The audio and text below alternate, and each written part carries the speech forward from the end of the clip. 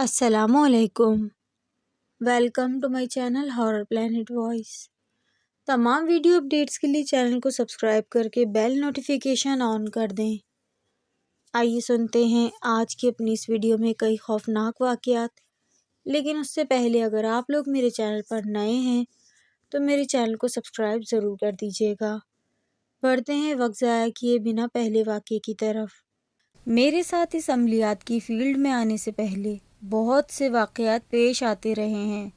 ان میں سے ایک واقعہ آپ کی گوش گزار کرنا چاہتا ہوں۔ میرے بچپن کا دوست، میرا کلاس فیلو جعفر، اس نے 2004 میں خیبر کار لی۔ ان دنوں پاکستان میں موبائل سروس عام ہو چکی تھی۔ صبح کے وقت مجھے اس کی کال آئی کہ تیار رہو، موسم بارش والا ہے، شہر کے ساتھ صحرا میں چل رہے ہیں۔ ہم دونوں اس وقت گریجویشن کر چکے تھے۔ خیر، کچھ دیر تک وہ اپنے 3 کزنز کے ہمراہ میرے پاس تھا۔ ناشتہ و چائے سے فارغ ہو کر ہم روانہ ہو گئے۔ پہاڑ اور صحرا، یہ اپنے اندر بہت سے راز چھپائے ہوئے ہیں۔ بہت سی مخلوقات کا یہ مسکن بھی ہیں۔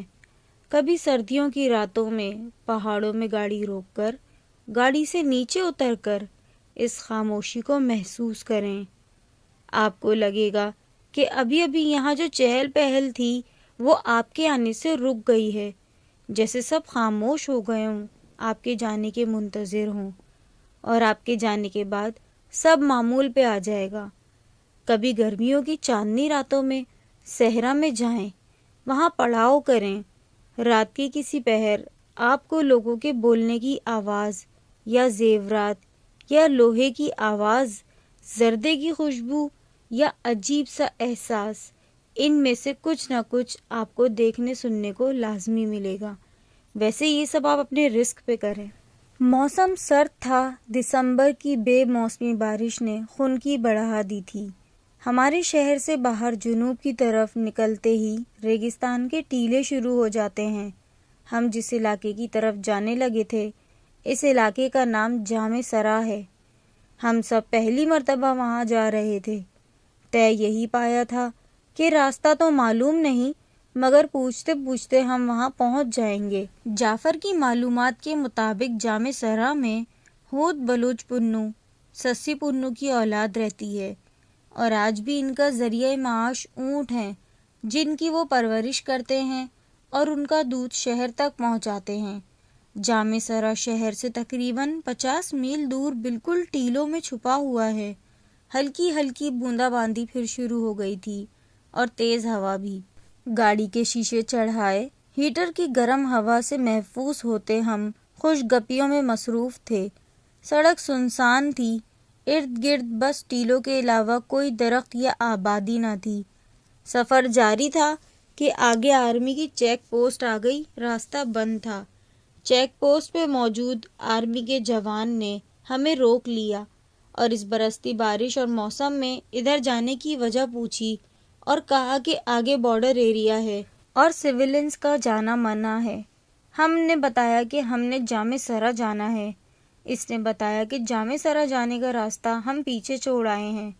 اس نے کہا کہ واپس جائیں اور 6-7 کلومیٹر بعد بائیں سائیڈ ایک کچی سڑک مڑے گی، وہ سیدھا جامع سرا جاتی ہے۔ ہم نے شکریہ کہہ کر گاڑی واپس موڑ دی۔ اب ساری توجہ سڑک کے بائیں طرف تھی۔ بارش تیز ہو چکی تھی۔ گپ شپ میں سفر جاری رہا۔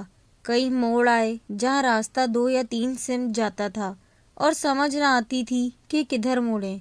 اس ویرانے اور اس موسم میں کہ انسان تو دور کوئی پرندہ بھی نظر نہیں آ رہا، کس سے صحیح سمت پوچھیں۔ بارش کی وجہ سے ریتیلی زمین پختہ سڑک سے بھی زیادہ ہموار اور مضبوط ہو چکی تھی۔ جعفر کی معلومات کے مطابق اس راستے پر 3 رینڈیئر آئیں گے، پھر جامع سرا گاؤں آئے گا۔ آپ میں سے جو لوگ ریتیلے علاقے سفر کر چکے ہیں وہ رینڈیئر خطہ سے بخوبی واقف ہوں گے۔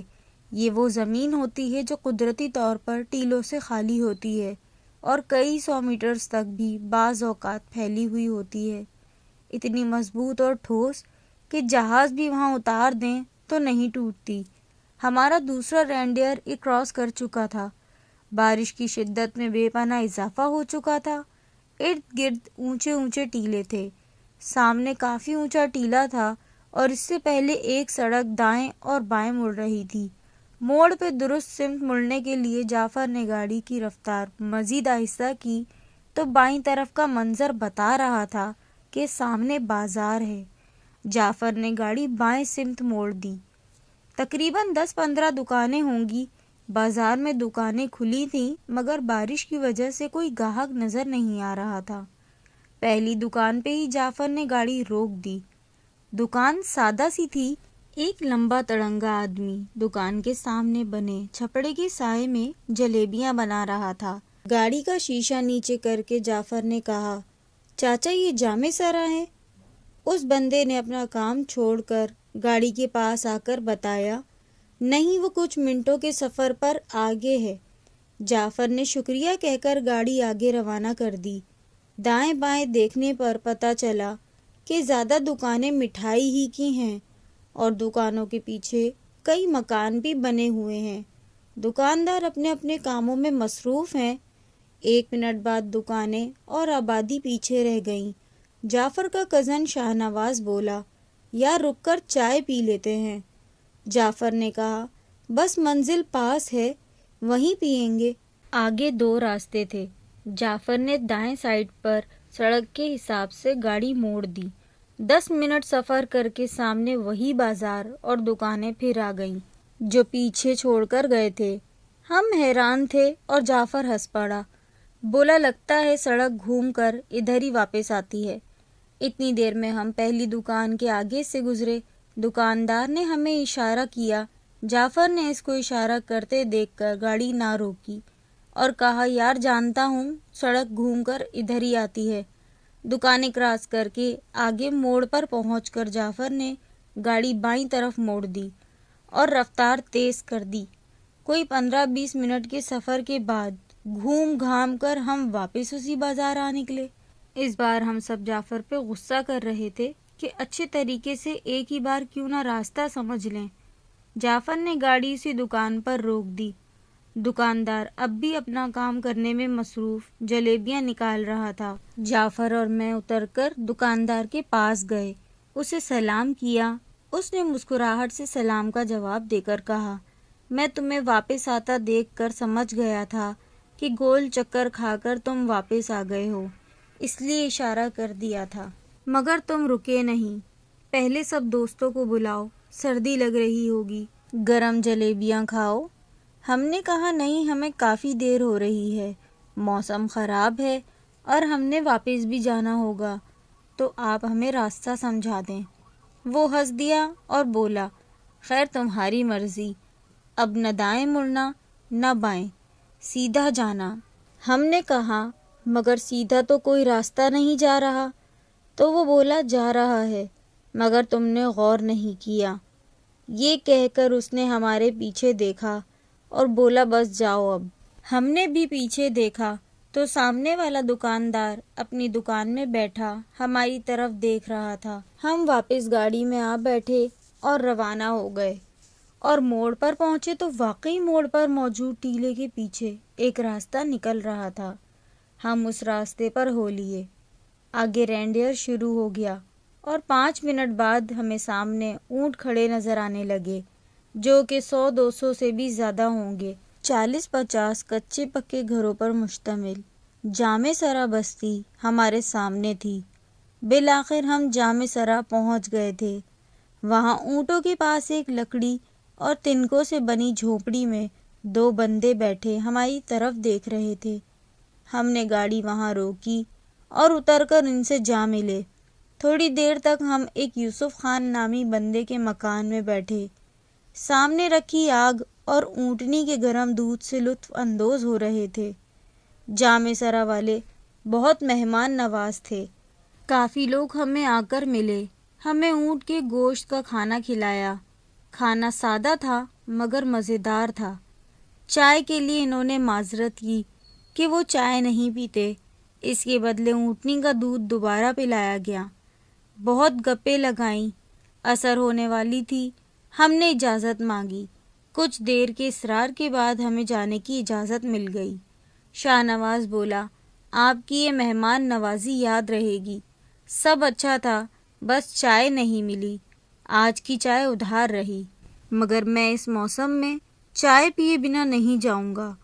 آگے جو 5 منٹ بعد بازار ہے وہاں سے تو لازمی مل جائے گی نا۔ شاہ نواز کی بات سن کر یوسف خان نے کہا، کون سی بازار؟ میں نے کہا، وہ جو 5 منٹ کے سفر پر ہے، ادھر سے آتے رینڈیئر کے شروع میں ایک چھوٹی سی بستی ہے۔ یوسف خان بولا، نہیں ادا، یہاں کوئی بازار نہیں، کوئی دکان نہیں، کوئی بستی نہیں، اور جس جگہ کا تم کہہ رہے ہو وہ تو 3 راستوں والا موڑ ہے، اور وہاں کوئی بازار تو کیا، ایک دکان بھی نہیں، سنسان جگہ ہے وہ، بلکہ اس جگہ سے تو لوگ گزرتے ہوئے ڈرتے ہیں اور ہمارے اونٹ بھاگ پڑتے ہیں۔ ہمارے یہاں اس جگہ کو بھاری یعنی آسیبی سمجھا جاتا ہے۔ ہم سب حیرانی سے یوسف کی بات سن کر ایک دوسرے کا منہ دیکھ رہے تھے، جسم پہ جھرجھراہٹ سی آ رہی تھی۔ جعفر بولا، یوسف خان ڈراؤ نہیں، ہم آ جاتے ہوئے وہاں رکے ہیں اور رک کر تمہاری بستی کا راستہ بھی پوچھا ہے۔ یوسف خان بولا، بھائی مجھے کیا ضرورت ہے مذاق کی، سچ میں وہاں ایسا کچھ نہیں۔ ہم نے حیرانی و پریشانی سے ان کو الوداعی سلام کیا اور روانہ ہو گئے۔ جامع سرا آبادی سے نکلتے ہی شاہ نواز بولا، ارے وہ بھائی مذاق کر رہے تھے اور تم لوگ ڈر گئے۔ جعفر تم گاڑی روکنا، بازار چائے پی کر ہی جاؤں گا میں آگے۔ عجیب سی کیفیت میں ہم رینڈیئر تک پہنچ گئے۔